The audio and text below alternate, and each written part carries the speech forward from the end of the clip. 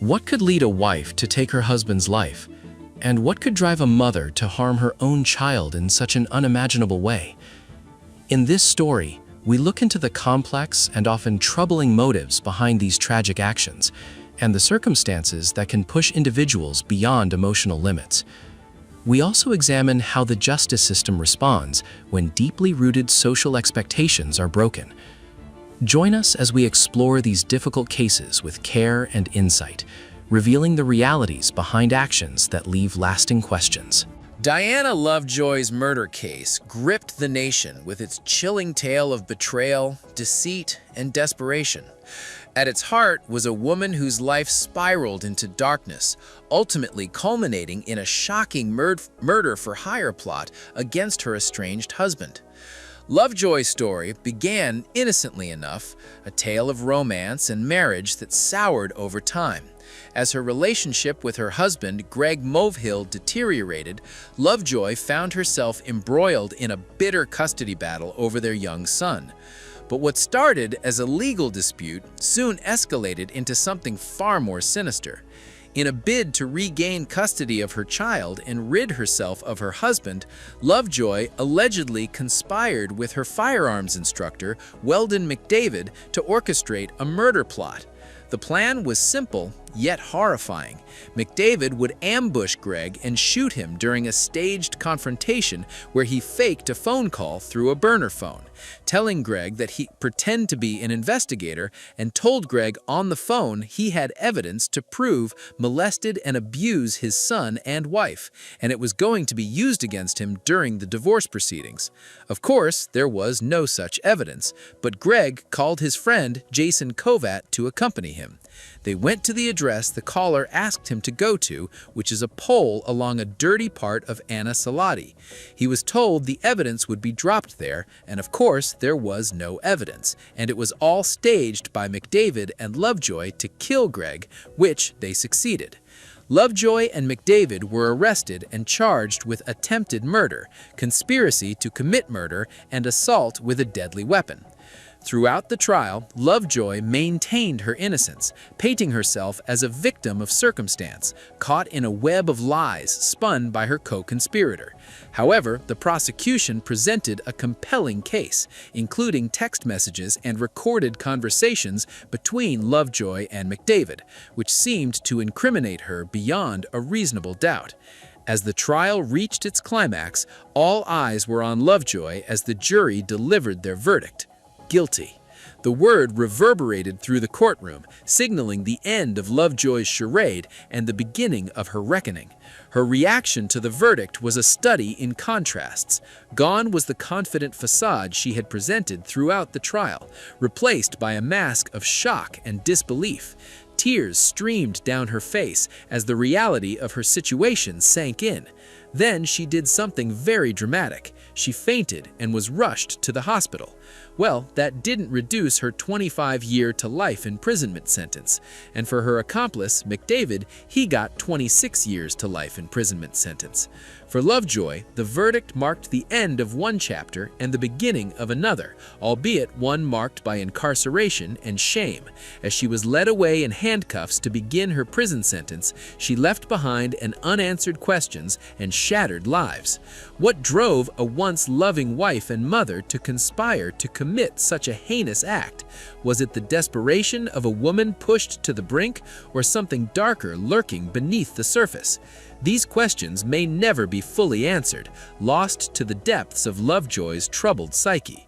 In the end, Diana Lovejoy's story serves as a cautionary tale, a reminder of the destructive power of unchecked emotions and the consequences of giving in to despair. What would make a mother murder her own children? Michelle gained infamy for the horrific abuse and murder of her two young children in Detroit, Michigan in 2015. Born on January 30th, 1985, Blair's case shocked the nation and sparked widespread outrage. Blair's troubled history with child welfare authorities dates back years before the murders. She had a long record with Michigan's child welfare system, with reports of neglect and abuse involving her children. Despite multiple investigations and interventions by authorities, the abuse continued unchecked. On March 20th, 2015, the bodies of Blair's two children, Stoney and Nia Blair, who was 13 years old, and Stephen Gage Barry, who was 9, were discovered in a deep freezer in her home. Autopsies revealed that both children had suffered from multiple injuries, including blunt force trauma and burns, indicating prolonged abuse and torture. Blair's arrest sent shockwaves through the community, prompting questions about how such atrocities could occur under the watch of child welfare agencies. It was revealed that Blair had isolated her children from the outside world, homeschooling them to conceal the abuse they endured. During her trial, Blair showed little remorse for her actions, claiming that she had killed her children because they were possessed by demons. She also alleged that her son had assaulted her younger daughter, although there was no evidence to support her claims. In 2015, Michelle Blair was convicted of 2 counts of first-degree murder and sentenced to life in prison without the possibility of parole. Her case brought attention to the failures of the child welfare system and the importance of early intervention in cases of child abuse. The tragic deaths of Stoney and Nia Blair and Stephen Gage Barry serve as a sobering reminder of the consequences of unchecked abuse and the need for greater vigilance in protecting vulnerable children from harm. While Michelle Blair will spend the rest of her life behind bars, the memory of her heinous crimes lives on as a cautionary tale of the darkest depths of human depravity. In September 2011, Escalona was arrested after her then 2-year-old daughter, Jocelyn Cedillo, was found with severe injuries in their Dallas, Texas home. Cedillo had sustained multiple injuries, including brain damage, a fractured rib, and numerous cuts and bruises as a result of Escalona's abuse. Now, during the trial, it was revealed that Escalona had attacked her daughter in a fit of rage, using superglue to seal the child's eyes shut and brutally beating her with a belt and glued her hands to the wall. The abuse left Cedillo in a coma for several days and with permanent disabilities. Escalona pleaded guilty to felony injury to a child and was sentenced to 99 years in prison, one of the harshest sentences ever handed down for child abuse in Texas. Escalona showed no reaction to the verdict and was led away in handcuffs.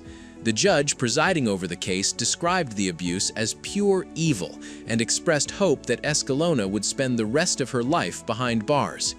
The case of Elizabeth Escalona served as a grim reminder of the horrors of child abuse and the devastating consequences of parental neglect and violence.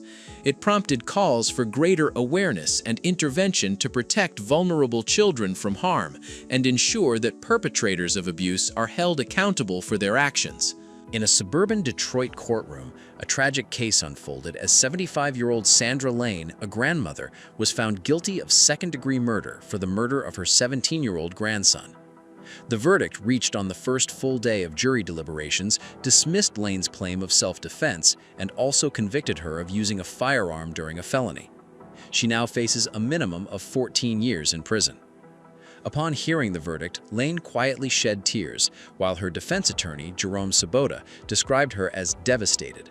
However, the victim's mother, Jennifer Hoffman, referred to Lane as a monster and expressed relief that she would be imprisoned, stating, "I'm glad she's put away and can't do harm to anyone else."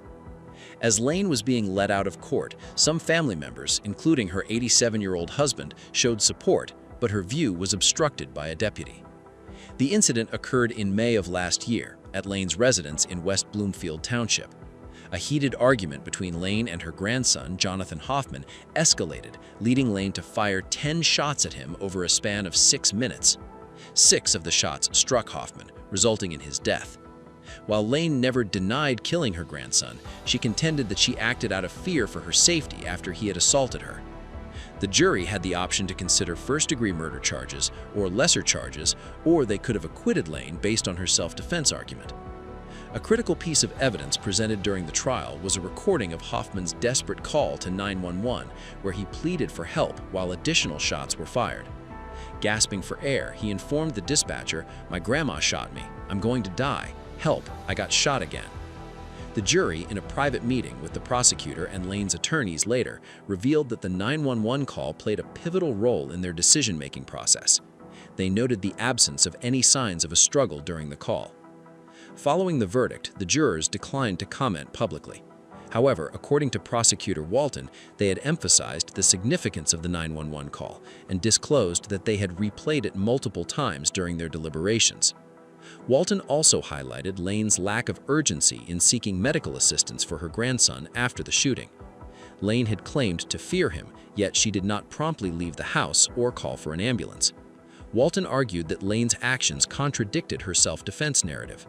He pointed out that she never reported the alleged assault to the police and that a hospital examination conducted after her arrest revealed no injuries, with Lane even speaking affectionately about Hoffman to a nurse. During his closing argument, Sabota implored the jury to empathize with Lane, a woman in her 70s, and to consider the challenging circumstances she faced. He painted a picture of Lane caring for a troubled teenager who engaged in drug use and brought strangers into their home. Hoffman's parents were residing in Arizona at the time, attending to their daughter who was undergoing treatment for a brain tumor. Sabota urged the jury to imagine the adrenaline coursing through Lane's veins, asserting that she acted in a moment of panic. In the end, the jury sided with the prosecution. Lane's conviction of second-degree murder reflects their rejection of her self-defense claim. As this tragic case concludes, the community grapples with the loss of a young life and the complex dynamics that led to such a devastating outcome. Granny really was a monster. Do you think she deserved more than the 14 years minimum sentencing?